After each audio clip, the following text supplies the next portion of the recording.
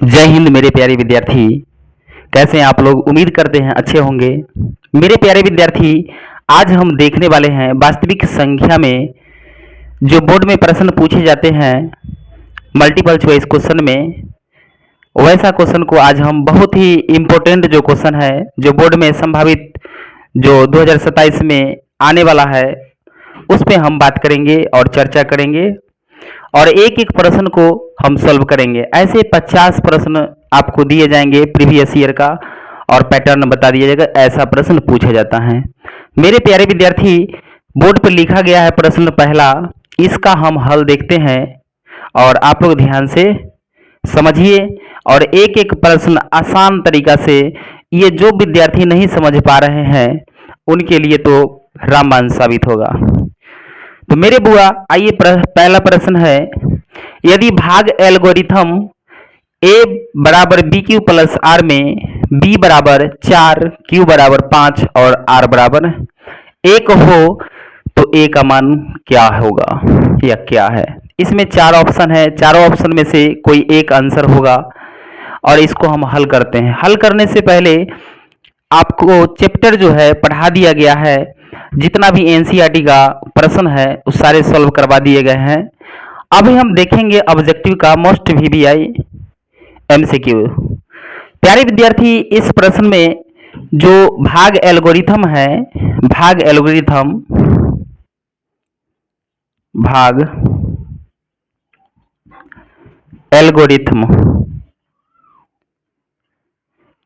यह क्या है हमने तो चर्चा कर रखा है। तो प्यारे विद्यार्थी, a बराबर बी क्यू प्लस आर है। आपने इसका जो है डिटेल में जो प्रमेयिका है हम समझा चुके हैं, लेकिन अभी समझिए क्वेश्चन सॉल्व। तो मेरे बुआ, ए है, यह है भाज्य, ए भाज्य है, तो बी क्या है? बी है भाजक और क्यू है भागफल। तो आर क्या है प्यारे विद्यार्थी? शेषफल है। ये रहा शेषफल। अब कहिएगा सर इसका मतलब तो समझ गए, ये इतना होता है, परंतु आपने बचपन में पढ़ा होगा कि भाज्य बराबर भाजक गुणे भागफल प्लस शेषफल। समझे? तो इसी का प्रयोग हम करेंगे इस प्रश्न में और सॉल्व करते हैं। मेरे बुआ, हम लिखेंगे हल। हल लिखने के बाद जो है भाग एल्गोरिथम से, भाग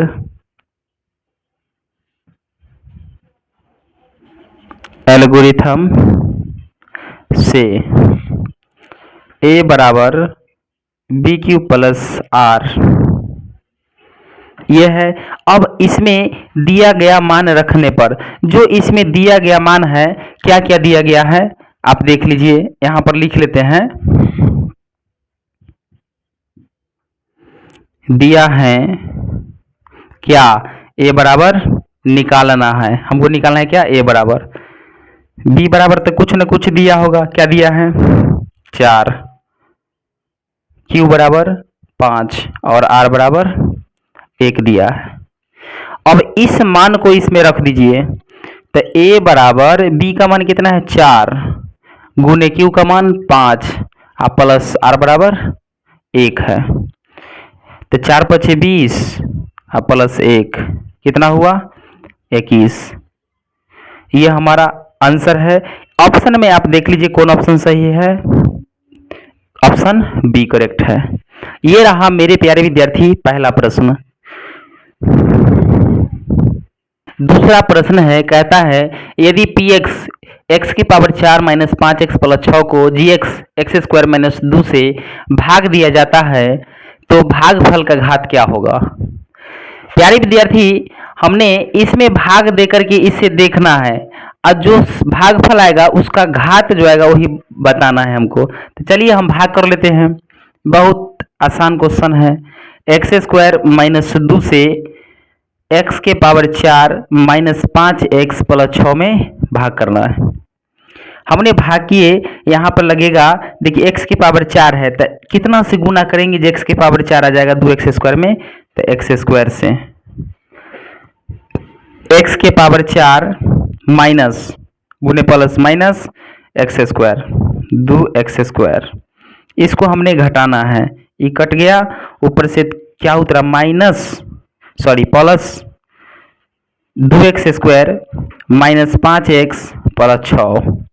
अब हमने लाना है 2x स्क्वायर, यहाँ पर x स्क्वायर है, यहाँ प्लस आना चाहिए, तब प्लस 2 से हमने मल्टीप्लाई करना है x स्क्वायर में, तो ये आ गया 2x स्क्वायर माइनस गुने प्लस माइनस, तो 2 दूना 4। अब यहाँ भी क्या करेंगे, साइन बदलेंगे, ई कट गया, ऊपर से उतरा माइनस 5x प्लस 6 4 10। तो प्यारे विद्यार्थी, कहा भागफल, तो यही ना भागफल है, तो इसका घात कितना है, 2 है, तो यहाँ लिख देना है, अतः भागफल x स्क्वायर प्लस 2 का घात 2 है, यही आंसर होगा। ऑप्शन में देखिए है, बिल्कुल है, ऑप्शन बी करेक्ट है।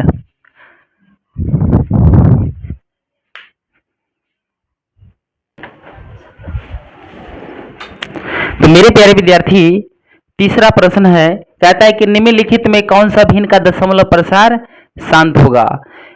तो कोई भी भिन्न का दशमलव प्रसार तभी शांत होगा जब उसका हर का अभाज्य गुणनखंड 2 के पावर m गुने 5 के पावर n के रूप का होगा। तो यहाँ पर देखेंगे और लिखेंगे। अच्छा, पहला देखिए, लिख लेना है, कोई भी भिन्न तभी शांत होगा जब उसका हर का अभाज्य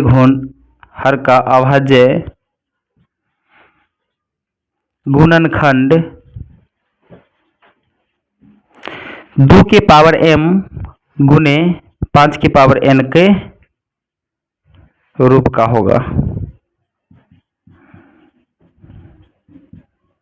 प्यारे विद्यार्थी, इसमें देखिए कि ये तो ऊपर वाला कौन से बोलते हैं, नीचे वाले को हर, तो क्या यह 2 के पावर m गुने 5 के पावर n के रूप का है, नहीं है, तो ये ऑप्शन नहीं होगा।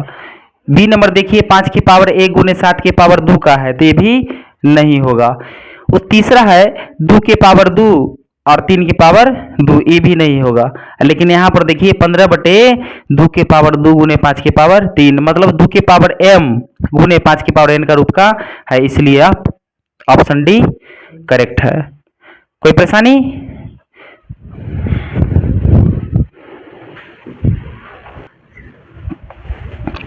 प्यारे विद्यार्थी, चौथा प्रश्न है कि प्रथम 10 विषम संख्याओं का माध्य क्या होगा। माध्य बोले तो, औसत बोले तो बात बराबर है। सबसे पहले हम देख लेते हैं कि प्रथम 10 विषम संख्या कौन कौन से है। तो प्यारे विद्यार्थी, 1 है, 3 है, 5 है, 7 है, 9, 11, 13, 15, 17, 19, 2 2 4 2 6 2 8 10, यही ना है। कहता है कि इसका माध्य क्या होगा, माध्य या औसत। तो माध्य या औसत इसी को बोलते हैं बराबर प्रथम संख्या प्लस अंतिम संख्या बटे में 2। इस सूत्र पर हम लगाते तो प्रथम संख्या कितना है, बोलिए 1, और अंतिम संख्या 19 बटे में 2, यानी 19 1 20 बटे में 2 कितना हो जाएगा, ये हो गया 10 आंसर। क्या ऑप्शन में 10 है, ऑप्शन बी करेक्ट है। अगला प्रश्न जो है देख लेते हैं। प्यारे विद्यार्थी, अगर इसको आप दूसरा विधि से बनाना अगर चाहेंगे तो ये सब का जोड़ कर लीजिए। अभी सब का जोड़ कितना होगा, देखिए 3 1 4, 5 4 9 और 9 7 16, 16 9 25, 25 11 36, 36 13 कितना होगा 39, तो 49, 49 आ 15 64, 64 64 17 81, 81 और 19 100 कितना हुआ। इस सब का योग 100 हुआ। क्या गो संख्या है 10 को ना, तो इससे भाग कर दीजिए। कितना गया आंसर 10। ये तरीका भी है। उतारिए उतारिए।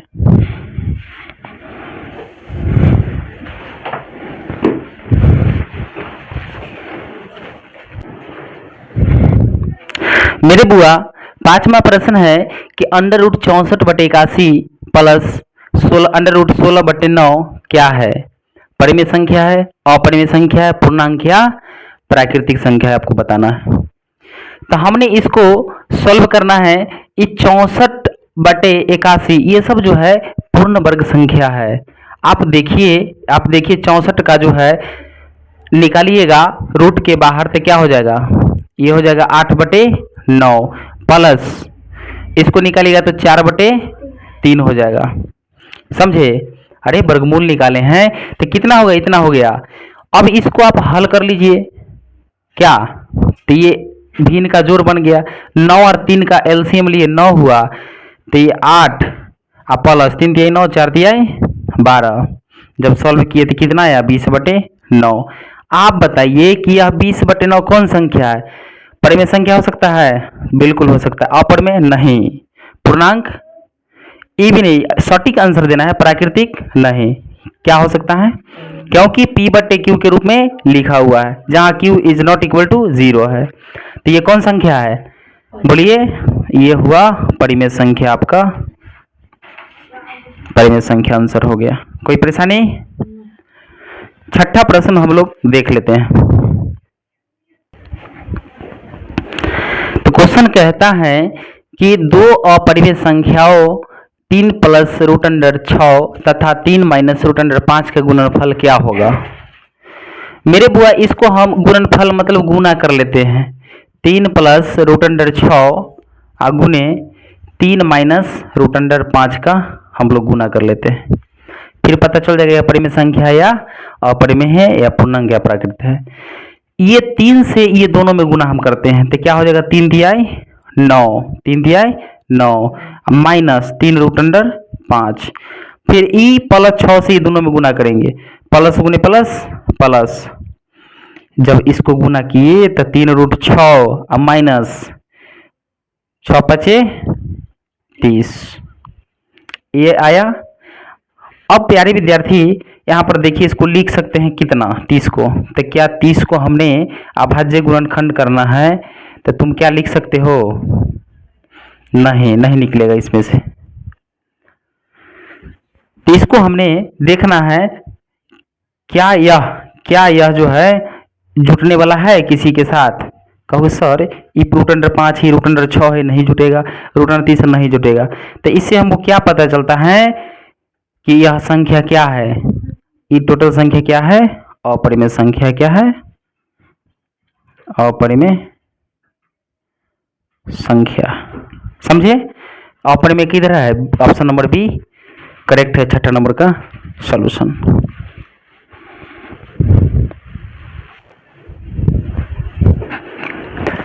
अगला प्रश्न है प्रश्न संख्या 7, कहता है कि रूट अंडर 10 गुने रूट अंडर 15। तो क्या रूट अंडर 10 क्या है, परिमेय क्या अपरिमेय है, अपरिमेय संख्या है। और 15 भी अपरिमेय संख्या है, यानी अपरिमेय संख्या गुने अपरिमेय संख्या क्या होगा, अपरिमेय संख्या होगा। अब देखिए इसको कैसे करते हैं। सबसे पहले रूट अंडर 10 गुने रूट अंडर 15 को गुना कर लेते हैं। तो जब गुना करोगे ये दोनों को, तो अंडर रूट कितना आएगा, 15 के 150 इतना आएगा। अब इसको 150 के अभाज्य गुणनखंड कर लो। क्या यह परफेक्ट स्क्वायर है, नहीं। अगर नहीं होगा तो यह अपरिमेय होगा। तो इसे देखने से ही पता चलता है ये अपरिमेय संख्या है। लेकिन फिर भी देखो इसको शॉर्टेस्ट फॉर्म में करते हैं।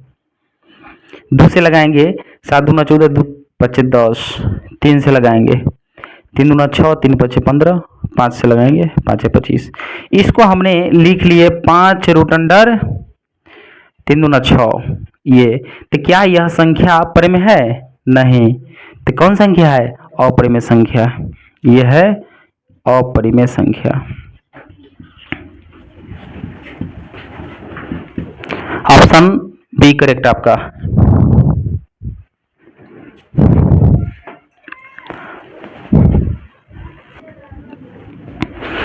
प्रश्न संख्या 8 है प्यारे विद्यार्थी। कहता है कि यदि 156 बराबर 2 के पावर x गुने 3 के पावर y गुने 13 के पावर z हो तो x plus Y plus Z बराबर क्या होगा?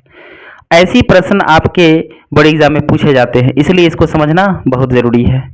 मेरे बुआ ये 156 का अभाज्य गुणनखंड किया है। क्या किया है? तो हमने भी 156 का अभाज्य गुणनखंड कर लेना है। तो 156 का अभाज्य गुणनखंड करेंगे तो 2 से लगेगा। तो 7 दूना 14, 8 दूना 16, 2 से लगेगा 2 तिहाई 6, 9 दूना 18, 3 से लगेगा 3 इकाई 3, 3 तिहाई 9। प्यारे विद्यार्थी क्या आया कि 2 के पावर 2 गुने 3 के पावर 1 गुने 13 के पावर 1। मेरे बुआ यहाँ देखिए 2 है तो 1 का पावर कितना है? 2। तो x के बराबर कितना हो गया? 2।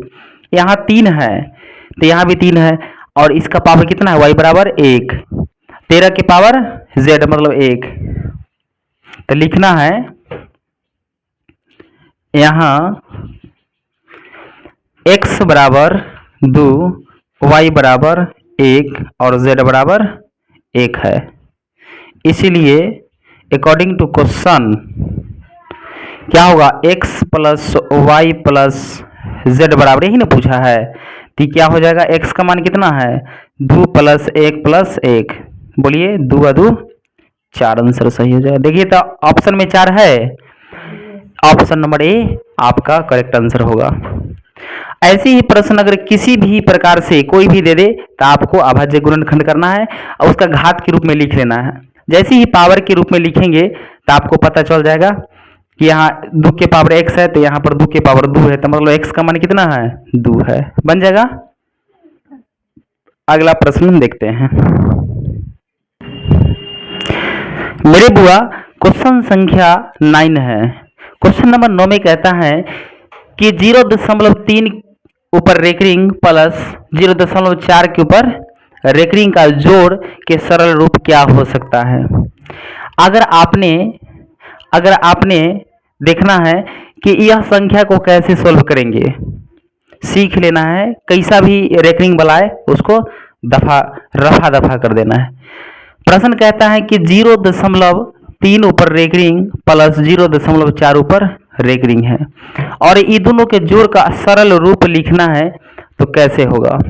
तो प्यारे विद्यार्थी इसको जोड़ना कैसे है? तो जोड़ है तो हम लिखेंगे 0.333। इसका मतलब यही नहीं हुआ कि लगातार बढ़ते जाता है। और ये भी क्या है? 0.4444 बढ़ते जाता है ना। अब ये दोनों को जोड़ दीजिए। जब जोड़ेंगे तो 4 3 7, 4 3 7, 4 3 7, 4 3 7, 0 मतलब क्या निकल के आया? या निकल के आया कि 0.7 के ऊपर रेकरिंग है। अब ऐसी संख्या को सरल रूप में हम कैसे लिखते हैं? तो देखिए जो संख्या है उसको तो लिखते हैं, इसके ऊपर रेकरिंग है तो नीचे में 9 दे देते हैं। तो इसी को क्या हुआ? सरल रूप में लिख देते हैं। तो ये रहा आपका ऑप्शन। कौन से मिलता है? ऑप्शन बी आपका करेक्ट आंसर हुआ।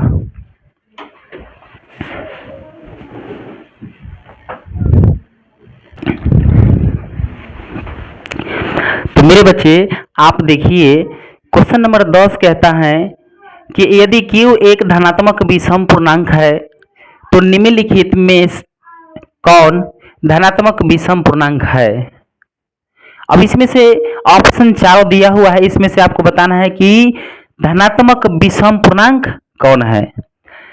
आप जो ये देख रहे हैं यह एल्गोरिथम से a बराबर BQ प्लस R के रूप का है, जिसमें से एक कोई संख्या होगा दिया हुआ है, इसका रूप 6, तो यानी कि इसके जगह पर क्या है? ये 6 है और Q तो है ही है क्या, और प्लस R के जगह पर यहाँ पर आप देख रहे हैं कि लिखा हुआ है 1 2 4 6 ये सब लिखा हुआ है, समझ रहे हैं ना। तो प्यारे विद्यार्थी अब हम इसमें देखेंगे कि धनात्मक विषम पूर्णांक कौन है। कहता है कि एक Q एक धनात्मक विषम पूर्णांक है। तब हमको देखना है कि 10 इनमें से कौन धनात्मक विषम पूर्णांक है। तो विषम पूर्णांक कौन होगा, आप देखिए कि 1 है, यहाँ कितना है 1 है, तो यही ना विषम संख्या है रे। अब देखिए इसमें मान हम रखते हैं हल। देखो Q की जगह Q का मान 1 2 यानी कुछ भी रखने पर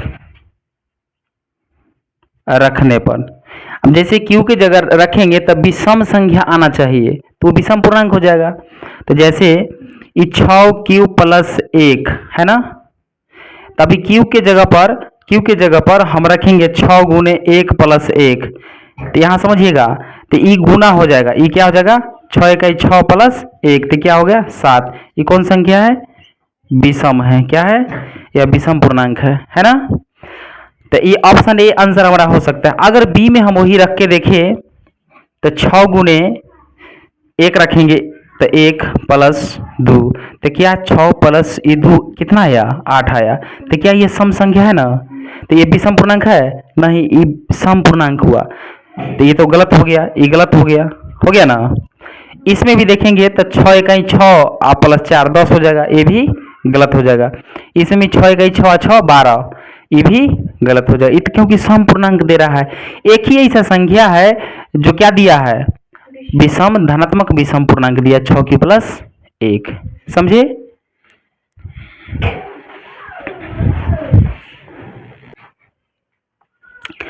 मेरे बुआ क्वेश्चन नंबर 11वां है। कहता है कि यदि दो संख्याओं का मौसा 25 है, दो संख्याओं का HCF 25 है और लौसा यानी LCM 50 है, तो संख्याओं का गुणनफल क्या होगा। ऑप्शन दिया हुआ है। प्यारे विद्यार्थी हमने पढ़ा दो संख्याओं का गुणनफल बराबर, हमने सूत्र पढ़ा था LCM × HCF, यही ना पढ़ा था। तो कहता है कि अगर दो संख्याओं का गुणनफल बोलता है निकालने के लिए, तो दो संख्याओं का गुणनफल बराबर क्या होगा, LCM × HCF कर देंगे तो हो जाएगा। तो LCM कितना है, देखिए 50 × HCF 25। हमने जब इसको गुना किया तो कितना आया, बोलिए 25 × 4 = 25 125, यानी कि 1250 आंसर। देखिए तो ऑप्शन में है 1250, ऑप्शन ए आपका करेक्ट है। मेरे बुआ थोड़ा और समझ लीजिए कि दो संख्याओं का गुणनफल, इसको हम लिख देते हैं, दो संख्याओं को मान लेते हैं, एक संख्या 1 है और दूसरी संख्या b है, यानी एक पहली संख्या a दूसरी संख्या b है, बराबर LCM × HCF होता है। आपको पूछ देगा कि LCM HCF दिया है और दूसरी संख्या दिया है, तो पहली संख्या बराबर, तो कहोगे सर LCM × HCF बटे में दूसरी संख्या। कहेगा नहीं, दूसरी संख्या जो है निकालना है, पहली संख्या दिया हुआ है LCM HCF दिया हुआ है, तो LCM × HCF बटे में पहली संख्या, ऐसा भी पूछ सकता है। फिर कहेगा नहीं, आप और बताइए, क्या बताइए कि दो संख्याओं का गुणनफल दिया हुआ है, या उसके बाद दो संख्या दिया उसका LCM दिया हुआ था, HCF निकालने के लिए क्या होगा, तो दो संख्याओं का गुणनफल बटे में LCM, एक ये सूत्र हुआ। फिर कहता है कि LCM बोले निकालने के लिए, तो दो संख्याओं के गुणनफल बटे में HCF, यह सूत्र आगे काम देगा, आप इसको ध्यान में रखिए। अभी इस पे क्वेश्चन भी सॉल्व कराएं, बहुत हर बार इस पर 2 नंबर में प्रश्न पूछे जाते हैं, इसलिए आप ध्यान रखेंगे।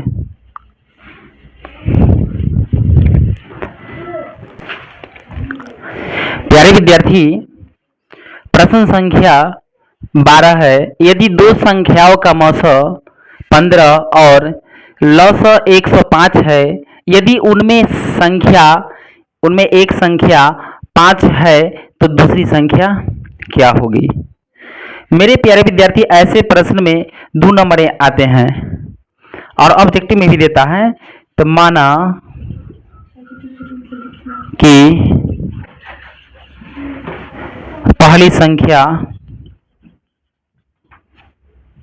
ए मान लेते हैं और दूसरी संख्या बी मान लेते हैं। मान लिए। तो देखिए पहली संख्या कितना दिया हुआ है, 5 दिया हुआ है और दूसरी संख्या, तो इसीलिए ए बराबर कितना दिया हुआ है, 5, और बी बराबर हमको निकालना है। और दिया हुआ है क्या, एलसीएम बराबर 105 और एचसीएफ बराबर कितना दिया है, 15। प्यारे विद्यार्थी, हमने पढ़ा था कि दो संख्याओं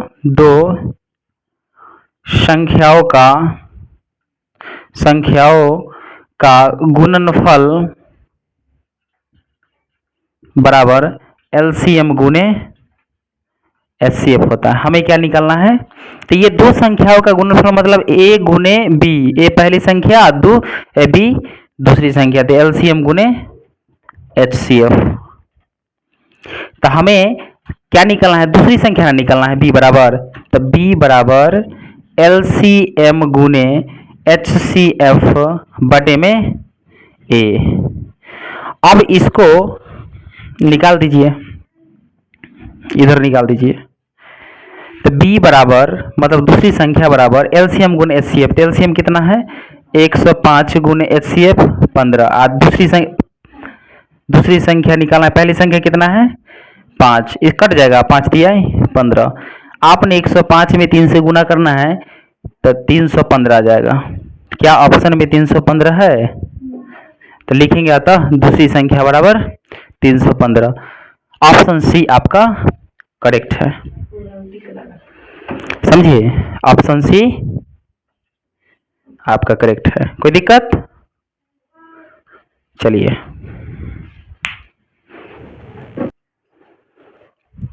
तो मेरे बुआ अगला प्रश्न है 13वां प्रश्न। यदि दो संख्याओं का गुणनफल 8670 है और उनका एचसीएफ 17 है तो उनका एलसीएम क्या होगा। इसमें दो संख्याओं का गुणनफल दिया हुआ है और एचसीएफ दिया हुआ, कहता है क्या कि एलसीएम निकालिए। तो हम लिखेंगे हल। हमने पढ़ा था कि दो संख्याओं का गुणनफल बराबर क्या होता है, एलसीएम गुने एचसीएफ, यही ना होता है। तो कहता है कि एलसीएम निकालने के लिए, तो एलसीएम बराबर क्या हो जाएगा, कहोगे सर दो संख्याओं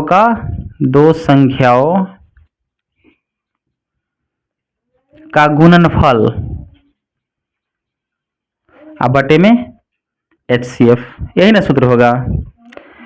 दो संख्याओं का गुणनफल कितना दिया हुआ है प्यारे विद्यार्थी, कहोगे सर ये 8670 दिया हुआ है और एचसीएफ कितना है 17 है।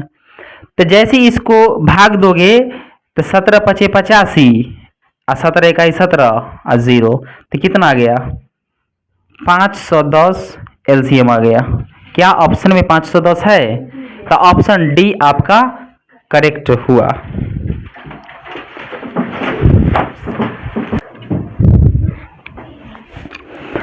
क्वेश्चन संख्या 14 में कहता है यदि भाग एल्गोरिथम a बराबर बी क्यू प्लस आर में a का मान 72, q का मान 8 और r के मान 0 दिया हो तो b का मान क्या होगा।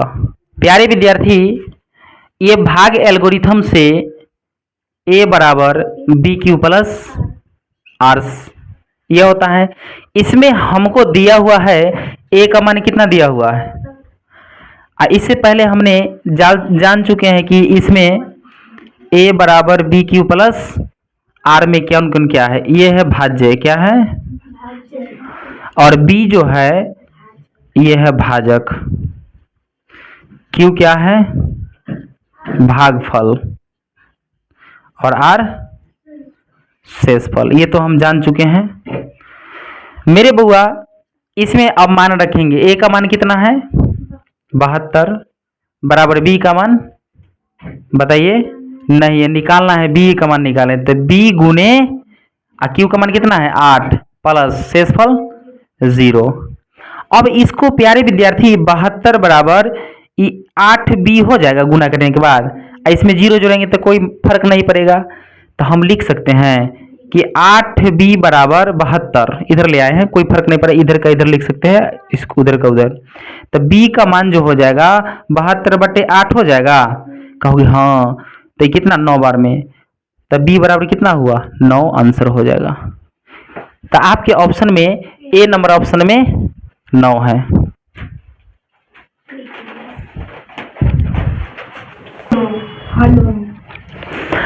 मेरे प्यारे विद्यार्थी 15वां प्रश्न 192 के अभाज्य गुणनखंड में 2 का घातांक क्या है। इसमें हमने 192 का अभाज्य गुणनखंड करना है पहले, तो 192 का अभाज्य गुणनखंड जब हम किए 2 से लगाए तो 9 दूना 18 6 दूना 12, 2 से लगाए 4 दूना 8 8 दूना 16, 2 से 2 4 24, 2 से 12, 2 से 6, 2 से 3, 1 2 3 4 5 6, यानी कि 2 के पावर 6 गुने 3 के पावर 1।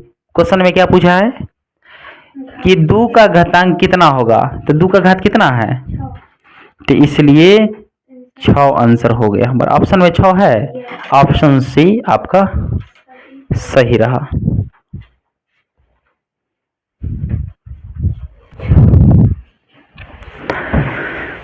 अगला प्रश्न जो है कहता है यदि 360 बराबर 2 के पावर p गुने 3 के पावर q गुने 5 के पावर r हो तो p plus q minus r बराबर क्या होगा। ऐसी प्रश्न हमने एक बार और सोल्व कर चुके हैं अभी।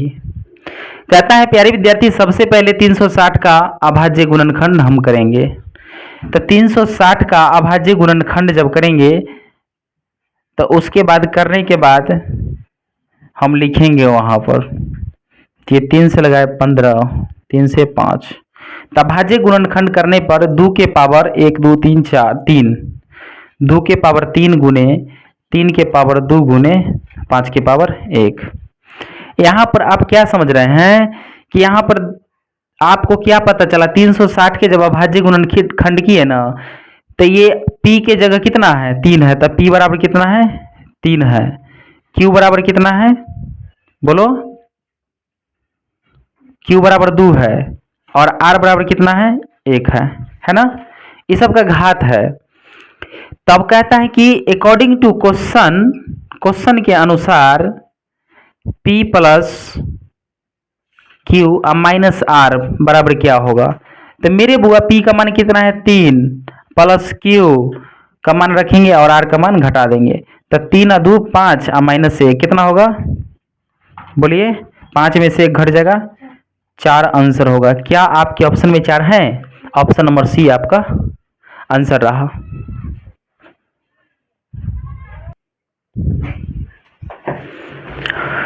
मेरे बुआ क्वेश्चन नंबर 17 में कहता है कि 15 तथा 105 का मौसा निकालिए, तो मौसा मतलब HCF निकालिए, तो इसको या तो भाग विधि से निकाल लीजिए या फिर अभाज्य गुणनखंड विधि से निकाल लीजिए। आप बताइए कौन विधि से निकाले। कहोगे सर इसमें हम अधिकतर अभाज्य गुणनखंड विधि देखे हैं तो उसी से निकालिए, तो बिल्कुल मेरे बुआ सबसे पहले 15 का अभाज्य गुणनखंड करेंगे, तो 15 का अभाज्य गुणनखंड जैसे किए 3 से लगाए 3 5 15 कितना आया, इसको लिख सकते 1 गुने 3 गुने 5, कोई दिक्कत बिल्कुल नहीं। उसके बाद 105 है, 105 का फिर से कीजिए अभाज्य गुणनखंड, यह 3 से लगेगा, 3 तिहाई 9 3 5 15, अब लगेगा 5 से, 5 7 35 आया, 1 गुने 3 गुने 5 गुने 7। तब सबसे पहले प्यारे विद्यार्थी मौसा यानी कि HCF हाईएस्ट कॉमन क्या होगा, HCF हाईएस्ट कॉमन फैक्टर होता है, तो HCF बराबर क्या होगा, इसलिए HCF बराबर देखो इसमें कॉमन दोनों में क्या है 1 है, कोई दिक्कत नहीं, ये 3 है और 5 है, तो इसका HCF कितना हुआ 5 तिहाई 15। क्या ऑप्शन में 15 है? ऑप्शन नंबर सी आपका सही रहा। उतारिए।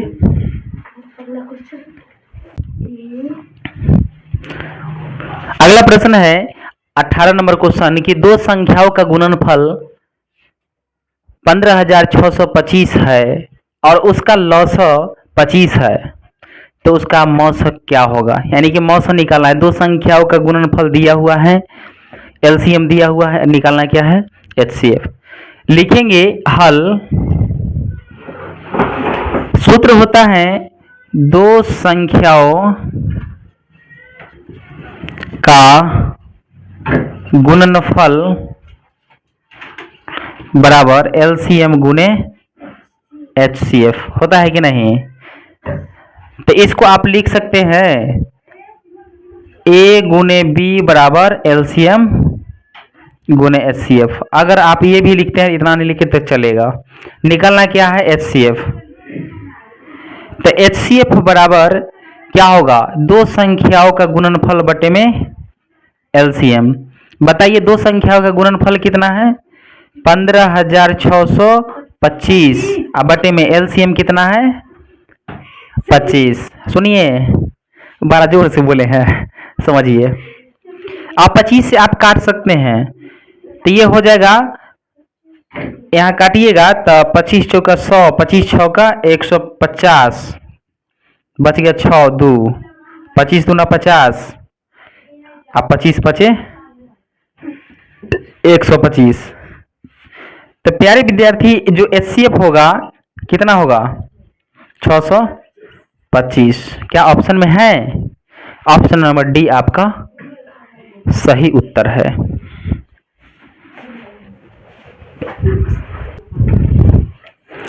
मेरे प्यारे विद्यार्थी, बोर्ड पर लिखा हुआ प्रश्न है कि 6x के पावर 4y तथा 12xy का मौसक क्या होगा?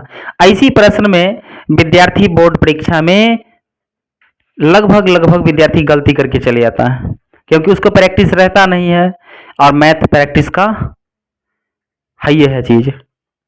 तो प्यारे विद्यार्थी, आप लोगों से गलती नहीं होगा, क्योंकि आज आप सीखेंगे तो कभी नहीं भूलेंगे। देखिए, इस सब का हम अभाज्य गुणनखंड कर लेंगे। क्या करेंगे? अभाज्य गुणनखंड। अब देखिए 6x के पावर 4y का जब हम अभाज्य गुणनखंड करेंगे तो ये 6 का करेंगे तो कितना होगा? 2 गुने 3। आई x के पावर 4 मतलब क्या होता है कि x गुने, देखिए गुना को हम जो है डॉट से डिनोट कर दे, x गुने x गुने x गुने x। इसका मतलब भी क्या हुआ? गुना ही होता है। तो 4 को x हुआ और अंतिम में क्या है? y है। समझे? उसके बाद दूसरी संख्या है कि 12xy, यही ना है। अब इसको भी 2 गुने 3 ये हुआ। अभाज्य गुणन 12 के किए थे, 2 दूना 4 तिहाई 12 गुने x गुने y। प्यारे विद्यार्थी कहता है कि एचसीएफ निकालिए, मौसम निकालिए। अब मौसम में हम क्या सीखा है कि दोनों में जितना कॉमन होगा ना, जितना कॉमन दोनों में होगा, यानी कि सबसे ज्यादा कॉमन होगा उसको लिख दीजिए। तो देखिए क्या इसमें 2 कॉमन है? कहोगे सर ये भी कॉमन, ये भी कॉमन है ना, तो ये दोनों में कॉमन है, तो 2 लिख दिए, गुना का चिन्ह दे दिए। अब गुना का जब डॉट रूप में दिए है तो डॉट रूप में समझिए, गुना का चिन्ह दे दिए। अब इसमें तो ये 2 नहीं है, ये 3 है, तो 3 लिख दिए गुने। अब x है तो x है। अब देखो ये 3 गो x नहीं है, नीचे में एक गो है, तो एक y भी है, y भी है। प्यारे विद्यार्थी 3 दूना 6 xy, मतलब 3 दूना 6 xy, इसका क्या हुआ? एचसीएफ। क्या आपके ऑप्शन में 6xy एचसीएफ है? कहोगे सर ये ऑप्शन नंबर डी सही है, 6xy। समझे? आप बोल रहे थे वो गलत है। कितना हुआ एचसीएफ? 6xy। तो ये जबरदस्त अंदाज में हमने क्या किया? सॉल्व किया। प्यारे विद्यार्थी, अगला प्रश्न है क्वेश्चन नंबर 20।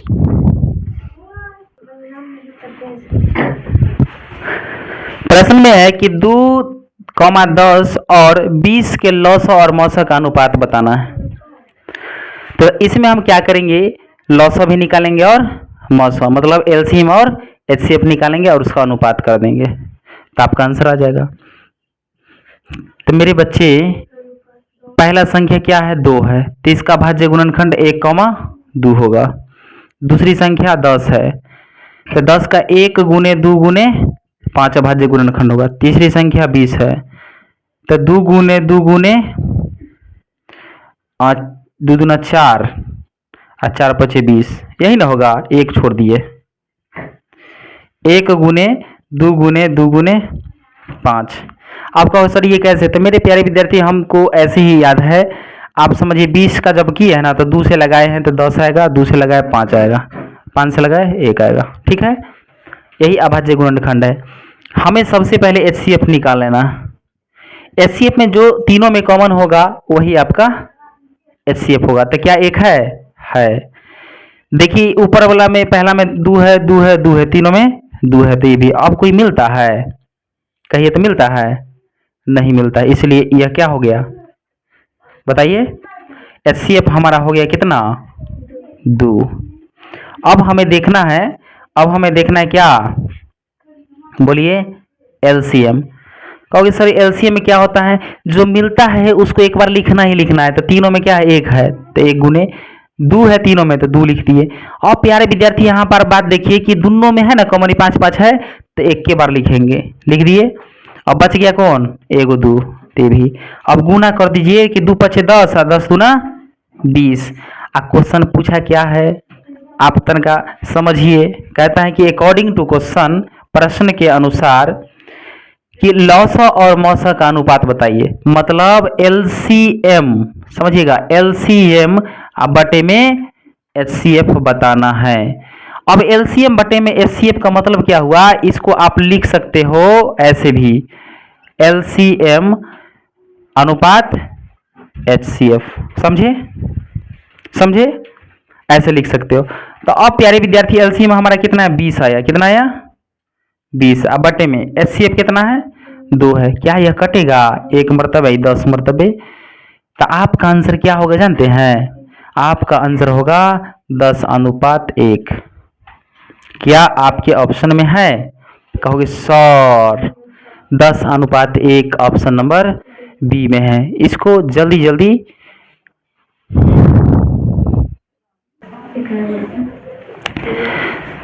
तो मेरे प्यारे विद्यार्थी क्वेश्चन नंबर 21 है, a बराबर a कोई संख्या है जिसका अभाज्य गुणनखंड किया हुआ है, और b भी कोई संख्या उसका भी अभाज्य गुणनखंड किया हुआ है। और तब पूछा है कि एलसीएम क्या होगा, लसा दोनों संख्याओं का क्या होगा। हमने हल लिखना है, उसके बाद जो संख्या a है तो a का अभाज्य गुणनखंड कितना है, तो कहोगे सर 2 के पावर 3 गुने 3 गुने 5। अब दूसरा संख्या b है, इसका अभाज्य गुणनखंड कितना है, 2 के पावर 4 गुने 5 गुने 7, यही ना है। क्वेश्चन ने पूछा है कि लॉस क्या होगा, एलसीएम बराबर क्या हुआ। अब देखो इसमें लोएस्ट कॉमन मल्टीपल होता है। प्यारे विद्यार्थी इसमें जो कॉमन है वो तो ही है, लेकिन हाईएस्ट वाला लेना है। तो 2 के घात कितना, 3 या 4 वाला हाईएस्ट है, बड़ा कौन है, कहोगे सर ये 2 के पावर 4 अगुने बच गया क्या, बोलो 3। अब 5 तो दोनों में है कि नहीं, तो 1 के बार लिखना है। तो क्या हुआ, बोलो 5 अगुने 7, यही ना। अब इसको आप जो है गुना कर लीजिए, आपका एलसीएम ही होगा।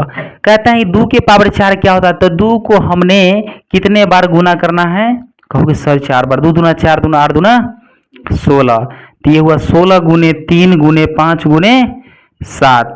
तो इसको 16 पचे 80, 8 3 24 240, और 240 गुना 7 जब गुना करोगे 7 चौके 28, और 7 दूना 14 और 2 16, तो क्या आया 1680। क्या आपके ऑप्शन में है, कहिएगा सर ये ऑप्शन नंबर डी तो सही है, तो सही है तो सही का टिक मारिए। मेरे प्यारे विद्यार्थी एक ऐसा प्रश्न है, कह देगा क्वेश्चन पूछेगा कि पाई क्या है, पाई क्या है, तो पाई जो है अपरिमेय संख्या, क्या है पाई? पाई अपरिमेय संख्या है। लेकिन पाई का मान, लेकिन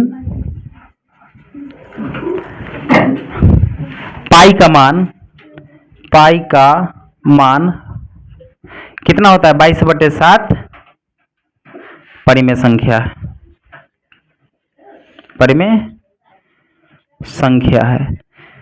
प्रश्न ऐसे भी प्यारे विद्यार्थी पूछ सकता है, कहेगा कि प्यारे विद्यार्थी आप बताइए कि पाई/3, पाई/3 क्या है? परिमेय संख्या है या अपरिमेय संख्या है? क्योंकि सर ये पाई है, मतलब कंफर्म ये क्या है? अपरिमेय संख्या। क्या है? अपरिमेय संख्या। क्या है? अपरिमेय संख्या है। तो इसमें कंफ्यूज नहीं होना है, डायरेक्ट क्वेश्चन पूछ देता है, आपको सही करके ही आना है।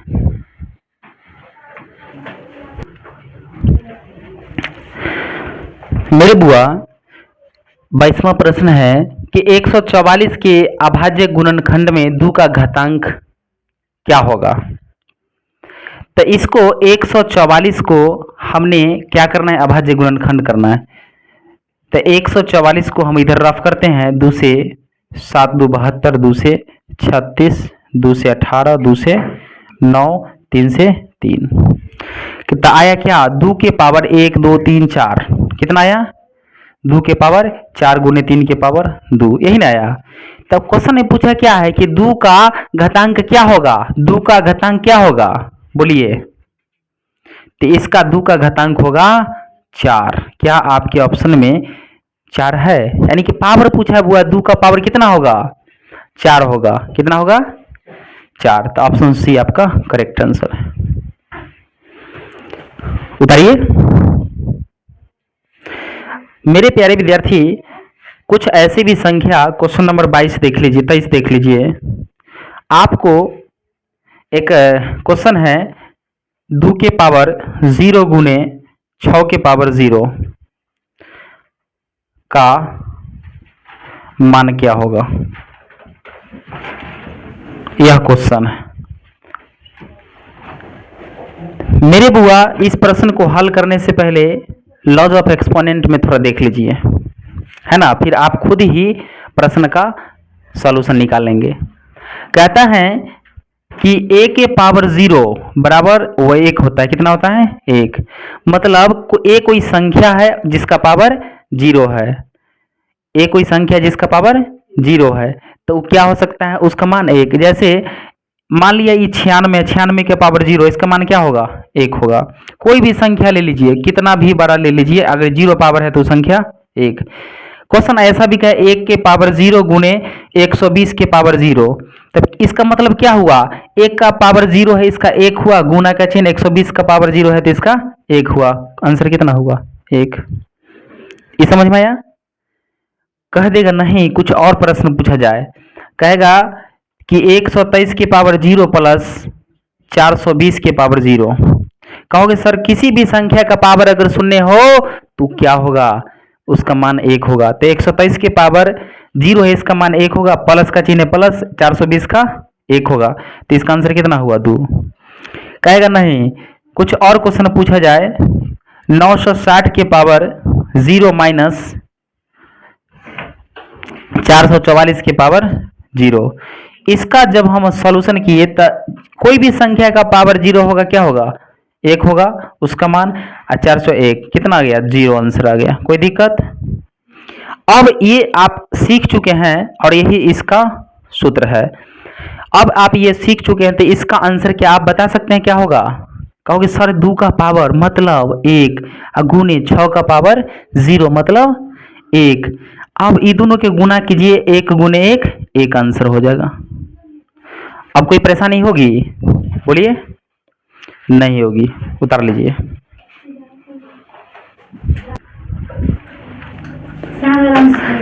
मेरे प्यारे विद्यार्थी कहता है कि 0.375 के P/Q के रूप में Q का रूप क्या है? ये क्वेश्चन है। यह क्वेश्चन को आप हल कैसे करेंगे? सबसे पहले कुछ बात सीख लेते हैं। अगर कोई संख्या 0.3 है तो इसको आप लिख सकते हैं 3/10। दशमलव के जगह पर 1 2, आगे कितना है अंक 1 है तो एक जीरो दे दिए नीचे। अगर यहाँ पर 0.91 है तो आप क्या करोगे, 91 बटे में दशमलव की जगह 1, आगे क्या वो संख्या है 2 तो 2 जीरो दे सकते हैं ना। कहोगे सर ये तो आप 0.0 दे रहे हैं, अगर 2.46 रहेगा तो क्या कीजिएगा। तो प्यारे विद्यार्थी बिल्कुल वही करेंगे।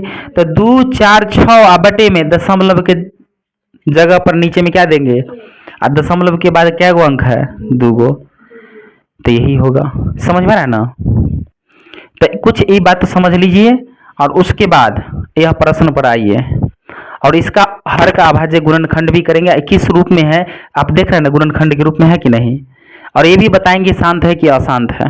क्या हमने 0.375 को P/Q के रूप में पहले व्यक्त कीजिए, तो इसको क्या आप लिख सकते हैं 375 बटे में दशमलव के जगह पर 1 और दशमलव के बाद क्या गो अंक है 3 गो, 1 2 3 गो जीरो दे दिए।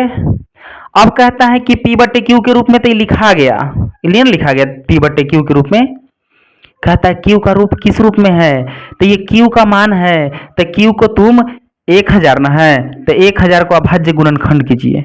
तो 2 से लगाइएगा तो 500 होगा, 2 से लगाइएगा तो 250 होगा, 2 से लगाइएगा तो 1 2 5 125 हो गया, 5 से लगाइएगा तो 5 दूना 10 5 25 होगा, 5 से 5 होगा, यही ना होगा। तो मेरे बुआ इसको आप लिख सकते 375 बटे में बताइए 2 के पावर 1 2 3, 2 के पावर 3 गुने 5 के पावर 3, यही ना है। अब आप देख लीजिए ये Q का रूप है, ये Q का रूप है, तो यहां पर क्या लिखेंगे Q बराबर 2 के पावर 3 गुने 5 के पावर 3 के रूप का है। अब देखिए ऑप्शन में क्या इस रूप का है कोई, कहोगे 2 के पावर 3 गुने 5 के पावर 3, ऑप्शन नंबर डी आपका सही उत्तर रहा। लेकिन मेरे प्यारे विद्यार्थी हमने आपको यह भी बताया कि यह शांत है या इसका दशमलव प्रसार शांत है कि अशांत है।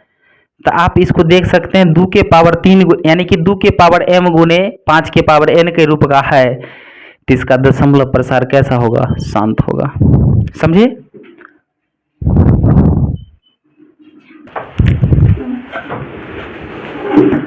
मेरे प्यारे विद्यार्थी ये 25वां प्रश्न है, कहता है कि 234 के अभाज्य गुणनखंड में 3 का घात क्या है। तो अब इसको हम क्या करेंगे, हल कर लेते हैं। 234 के अभाज्य गुणनखंड हमको निकालना है। तो 234 के अभाज्य गुणनखंड जैसे ही निकाले क्या आएगा, अब 117 किससे कटने वाला है, कहोगे सर 3 से लगाइए ना, तो 3 तिहाई 9 और 3 27, है ना होगा, 3 तिहाई 9 3 27, ठीक है। 3 से लगा 3 1 13, 3 तिहाई 13, तो इसका क्या आया कि 2 गुने 3 गुने 3 गुने 13 आया ना। इसको लिख सकते हैं 2 के पावर 1 गुने 3 के पावर 2 गुने 13 के पावर 1। कहता है कि 3 का घात क्या है, तो 3 का घात कितना है 2 है ना, तो इसे लिख देंगे, क्या लिखेंगे, अतः 3 का घात 2 है। यही हमारा आंसर रहा। ऑप्शन में देखिए 2, ऑप्शन नंबर सी में है। कोई परेशानी। मेरे प्यारे विद्यार्थी आज हमने जो मोस्ट VBI क्वेश्चन चैप्टर 1 का था ये देख चुके हैं, और आप लोग इसको बार बार प्रैक्टिस कीजिएगा, आप नहीं भूल सकते हैं। चलिए आज का क्लास हम यहीं पे समाप्त करते हैं, मिलते हैं अगले क्लास में। धन्यवाद।